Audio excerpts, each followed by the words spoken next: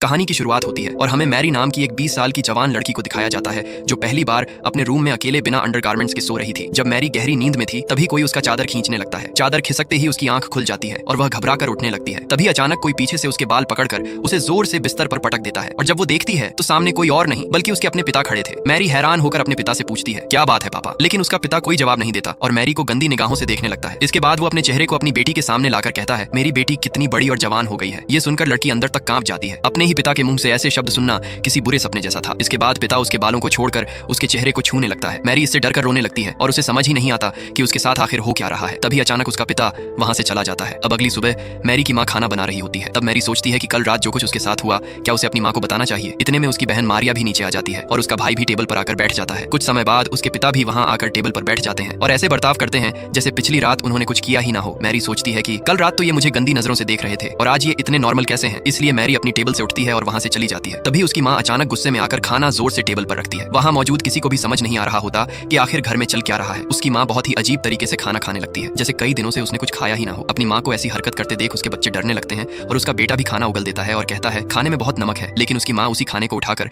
पागलों की तरह खाने लगती है। वो अपना खाया हुआ खाना अपने बेटे को भी खाने के लिए देती है लेकिन बेटा नहीं खाना चाहता। वो अपने पिता की तरफ देखता है। उसके पिता कहते हैं, अगर तुम नहीं खाना चाहते तो मत खाओ। ये बात सुनकर माँ अपने हस्बैंड को गुस्से भरी निगाहों से देखती है। इसके बाद खाना टेबल पर फेंक देती है और प्लेट भी नीचे फेंक देती है। इससे बच्चे बहुत डर जाते हैं और माँ उन पर चिल्लाने लगती है। माँ अपने बेटे से कहती है, जो मैं बनाती हूँ उसे चुपचाप खा लिया करो। वो इतनी जोर से चिल्लाती है कि उसका बेटा डर के मारे रोने लगता है। उन्हें समझ ही नहीं आ रहा था कि ये सब क्या हो रहा है। दरअसल जब से ये लोग नए घर में शिफ्ट हुए हैं उनके साथ ऐसी ही अजीब चीजें हो रही हैं। उनके पड़ोसी कभी उनके आंगन में अजीब से स्टैचू लगा देते हैं तो सुबह कोई उनके घर के सामने मरा हुआ जानवर लटका देता है और पिता हर रात अपनी बेटी के साथ गंदी और अश्लील हरकतें करता है। माँ सुबह सुबह अजीब जानवरों की तरह खाना खाती है। लेकिन ये सब तो बस अभी शुरुआत थी। मैरी बाथरूम में गर्म पानी से नहा रही थी तभी उसके पास कोई आकर खड़ा हो जाता है। जब वो शीशे को साफ करती है तो डर जाती है। उसकी जुड़वा बहन मारिया उसे डरा देती है लेकिन जल्द पता चलता है कि उसकी बहन तो उसे सिर्फ मजाक कर रही थी। इसके बाद ये दोनों बहनें अपने कमरे में चली जाती हैं जहां पर मैरी अपनी बहन मारिया को बताती है कि हर रात कैसे उसके पिता उसके रूम में आकर अजीबोगरीब हरकतें करते हैं। मारिया को ये बात सुनकर यकीन नहीं होता कि ये सब उसकी बहन के साथ भी हो रहा है। तभी उनके पिता भी वहां पर आ जाते हैं। ये दोनों बहनें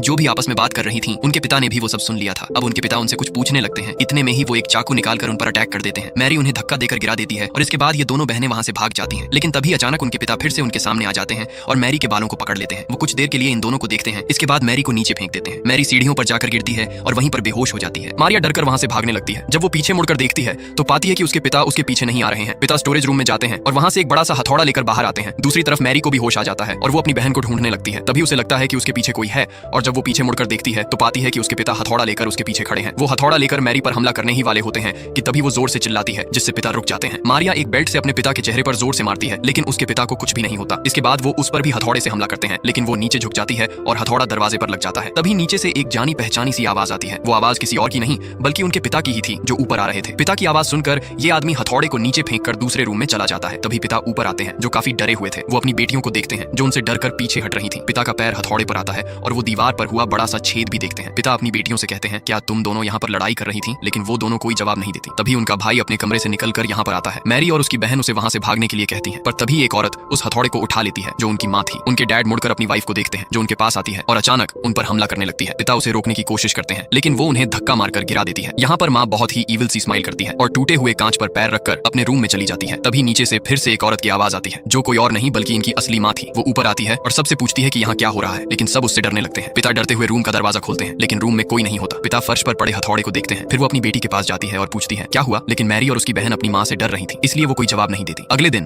पिता अपने भाई को घर बुलाते हैं जो चर्च का फादर था। वे लोग फादर को हो रही अजीब घटनाओं के बारे में बताते हैं लेकिन फादर इन सब पर विश्वास नहीं करता। रात को ये लोग डिसाइड करते हैं कि सभी एक ही रूम में साथ सोएंगे। आधी रात में उनके छोटे बच्चे को टॉयलेट आती है और वो बिना किसी को परेशान किए खुद अकेले ही बाथरूम में चला जाता है। तभी हूबहू उसके जैसा दिखने वाला बच्चा रूम में आता है। वो बच्चा एक चाकू उठाता है और अजीब सी स्माइल करता है। वो फादर को मारना चाहता था लेकिन उसे किसी चीज ने रोक दिया। तभी फादर अपनी आंखें खोलते हैं और अब उन्हें समझ आ गया था कि इनके साथ क्या हो रहा है। फादर ये भी समझ जाते हैं कि वो अकेले इस चीज से नहीं लड़ सकते इसलिए वो अपने सीनियर्स की मदद मांगते हैं। सभी सीनियर आपस में बैठकर बात करते हैं कि आखिर इस फैमिली के साथ क्या हो रहा है और वे सब मिलकर इसका हल निकालने का प्लान बनाते हैं। शाम को फादर की टीम उनके घर जाने के लिए निकलती है लेकिन रास्ते में एक कौवा उनकी गाड़ी के कांच पर अटैक करके उसे तोड़ देता है जिससे गाड़ी का बैलेंस बिगड़ जाता है और गाड़ी एक गड्ढे में जाकर क्रैश हो जाती है। इधर हम देखते हैं कि मैरी स्टोर रूम में जाती है कुछ सामान लेने के लिए। जब वह सामान ढूंढ रही होती है तभी उसे किसी चीज की आवाज सुनाई देती है। जब वह पीछे मुड़कर देखती है तो वॉल फायर की खिड़की खुली होती है। तभी अचानक लाइट चली जाती है और वह अपने फोन का फ्लैश जलाकर वॉल फायर के पास जाने लगती है लेकिन तभी उसे अपनी बहन मारिया की आवाज सुनाई देती है और जब वो पीछे मुड़कर देखती है तो वह शैतानी शक्ति मैरी को वॉल फायर में खींच कर ले जाती है और उसमें आग लगा देती है जिससे वहीं पर मैरी की मौत हो जाती है। दूसरी तरफ पिता अपनी बेटी मारिया को बेड से बांध देता है क्योंकि उसे लगता है कि शैतान ने मारिया का रूप ले लिया है। यहाँ उसकी पत्नी उसे समझाने की कोशिश करती है, लेकिन वो कहता है कि यह सब ठीक करने का बस यही एक रास्ता है। आधी रात में फादर खून से लथपथ होकर उनके घर आते हैं और बताते हैं कि सभी फादर मारे जा चुके हैं,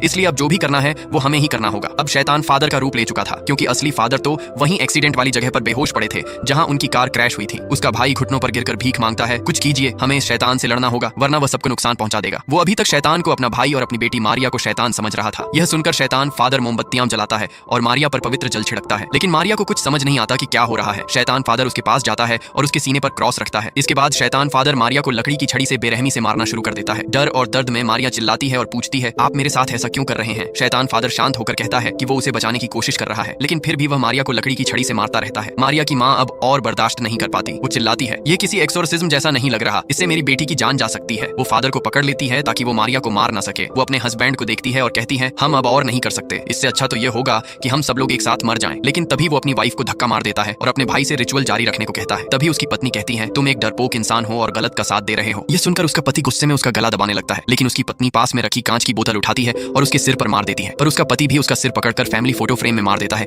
जिससे पत्नी वहीं बेहोश हो जाती है। यह देखकर शैतान फादर हंसने लगता है और मारिया के पिता को सब समझ में आने लगता है। वो गुस्से में शैतान फादर पर वार करने की कोशिश करता है, लेकिन शैतान फादर उसे एक हाथ से ही फेंक देता है और घायल कर देता है। तभी वो अपने बेटे की तरफ देखता है जो डर के मारे रो रहा होता है। वो अपने बेटे से कहता है, वहां से भाग जाओ। ये सुनते ही बेटा वहां से भाग जाता है। शैतान फादर वहां पड़ा टूटा हुआ कांच का टुकड़ा उठाकर मारिया के पिता को मारने ही वाला होता है कि तभी असली फादर वहां पहुंच जाते हैं। वो तुरंत मंत्र पढ़ना शुरू करते हैं, जिससे बुरी आत्मा वहां से गायब हो जाती है। असली फादर अपने भाई के पास जाते हैं। तभी स्टोर रूम से उनके छोटे बेटे के रोने की आवाज आती है। दोनों तुरंत स्टोर रूम की तरफ भागते हैं। बच्चा फादर को देखकर बहुत डरने लगता है क्योंकि वो उसे शैतान वाला फादर समझ रहा था, लेकिन उसके पिता उसे समझाते हैं कि ये तुम्हारे असली फादर हैं। तभी बच्चा उसी वॉल फायर की तरफ इशारा करता है। पिता वॉल फायर के पास जाकर जैसे ही उसकी खिड़की खोलते हैं तो उसमें मैरी की जली हुई लाश पड़ी होती है। फादर और उसका भाई यह देखकर दंग रह जाते हैं। तभी हम देखते हैं कि मारिया भी स्टोर रूम में आ जाती है जो बहुत जख्मी हो गई थी। वह अपने पिता की तरफ देखकर पूछती है, तुमने मुझे इतना दर्द क्यों दिया? लेकिन तभी असली फादर को कुछ शक होता है और वो उसके सामने रखे आईने पर से कपड़ा हटा देते हैं, जिससे मारिया के शरीर में से शैतानी ताकत बाहर आ जाती है क्योंकि शैतान ने अब मारिया का रूप ले लिया था। असली फादर मंत्र पढ़ने लगते हैं पर शैतान पर कोई असर नहीं होता। वो भी फादर के साथ मंत्र पढ़ने लगता है। इसके बाद शैतान फादर पर हमला कर देता है और फादर को जमीन पर गिराकर उनका गला दबाने लगता है, लेकिन तभी फादर का भाई पीछे से शैतान के ऊपर